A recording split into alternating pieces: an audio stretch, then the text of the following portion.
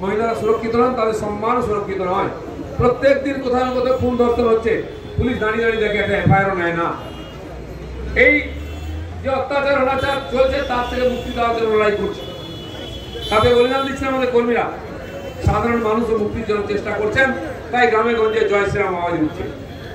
আমি সাধারণ মানুষকে এই কথা বলতে এসেছি, আপনারা সব পার্টিকে সুযোগ দিয়েছেন, বিজেপিকে দিয়ে দেখুন বাংলার চেহারা পাল্টে দেবো আমরা। দেশের মানুষ নরেন্দ্র মোদীর উপরে ভরসা করে রাজত্ব দিয়েছে, একবার নয় দুবার দিয়েছে। দেশের চেহারা পাল্টেছে, পরিস্থিতি পাল্টেছে, গরিব মানুষের অবস্থা পাল্টেছে। কেবল পশ্চিমবাংলায় নয়, পশ্চিমবাংলায় রাজনৈতিক এবং সাম্প্রদায়িক সংঘর্ষ চলছে। আমাদের এখানকার জেলায় বসিরহাট বাদুড়িয়াতে সাম্প্রদায়িক দাঙ্গা হয়েছে, কালিয়াচক ধুলাগড়ে হয়েছে, রানীগঞ্জে আসানসোলে হয়েছে। সারা ভারতবর্ষে কোন সাম্প্রদায়িক অত্যাচার নয়, কেবল পশ্চিমবঙ্গে হচ্ছে। প্রত্যেক জেলায় বোম বন্দুক নিয়ে লড়াই চলছে, বোমের কারখানা হচ্ছে, বন্দুকের কারখানা ধরা পড়ছে জেলায় জেলায়। বাংলাদেশ থেকে সিমি জামাত আল কায়দার লোকেরা এসে ঘাঁটি গেড়েছে। সারা দুনিয়ার সেন্টার হচ্ছে, মুর্শিদাবাদ থেকে ঝাঁকে ঝাঁকে উগ্রপন্থী ধরা পড়ছে। সারা ভারতবর্ষে বোম বন্দুকের আওয়াজ নেই, কোন উগ্রপন্থী নাই।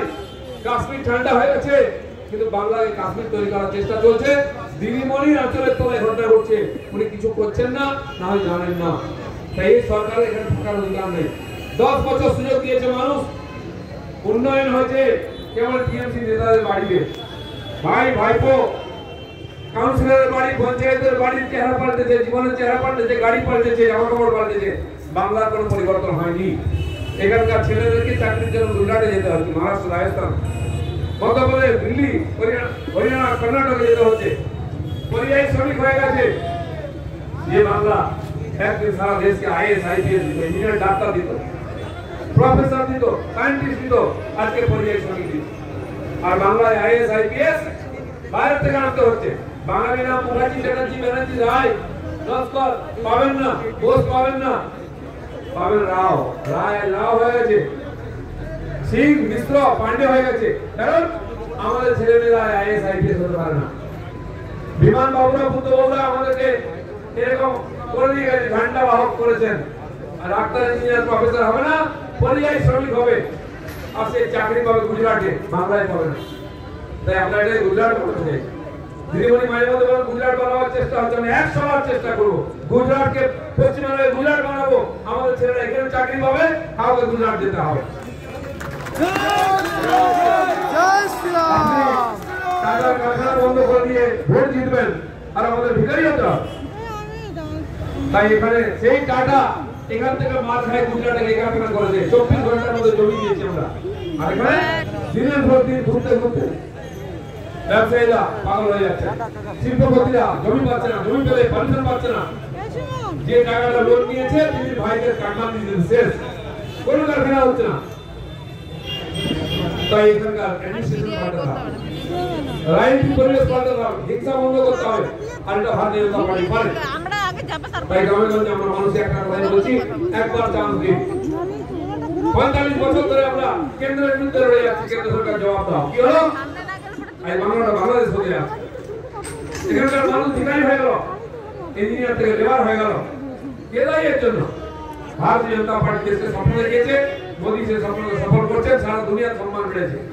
তাই আমরা চাইছি এখানে একবার বিজেপি ক্ষমতা নিয়ে বাংলা সেবা করে পরিবর্তন করে দেখাতে চায়, তার সুযোগ তিনি আশীর্বাদ দিন।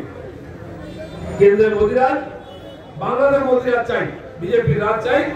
ত্রিপুরার মতো গরিব রাজ্য সিপিএম 25 বছর ধরে চুষে চুষে ছিঁড়ে করে দিয়েছিল, 3 বছরের মধ্যে তাদের পাঠিয়ে দিয়েছে। 7ম পে কমিশন লাগু হয়েছে ওখানে, আর এখানে কর্মচারীরা 5ম পে কমিশনের পেনশন পাচ্ছে না। দিয়ে পান না, দিয়ে বাদ দিয়ে সই করে বেতন দিতে হয়। কেন? তারা কি অন্যায় করেছেন?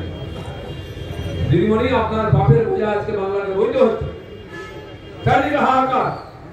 তার থেকে বাংলাকে মুক্তি দেওয়ার জন্য লড়াই করছি।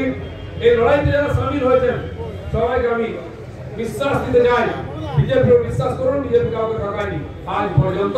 তাই একটা রাজ্যে 4 বার 5 বার করে আমাদের সরকার আসছে।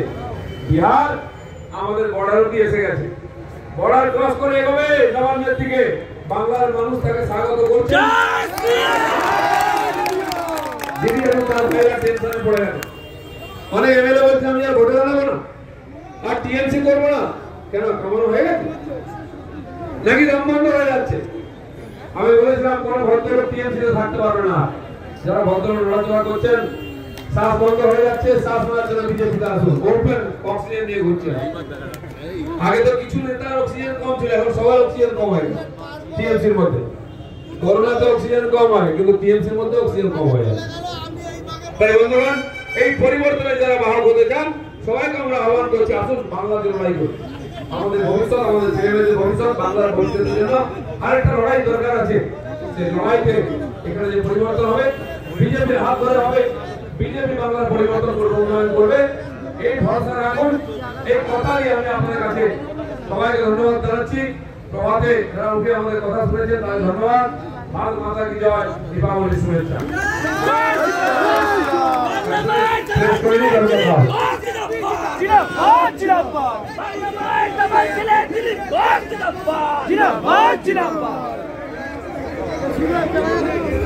স্লোগান দেবেন না, স্লোগান দেবেন না, স্লোগান দেবেন।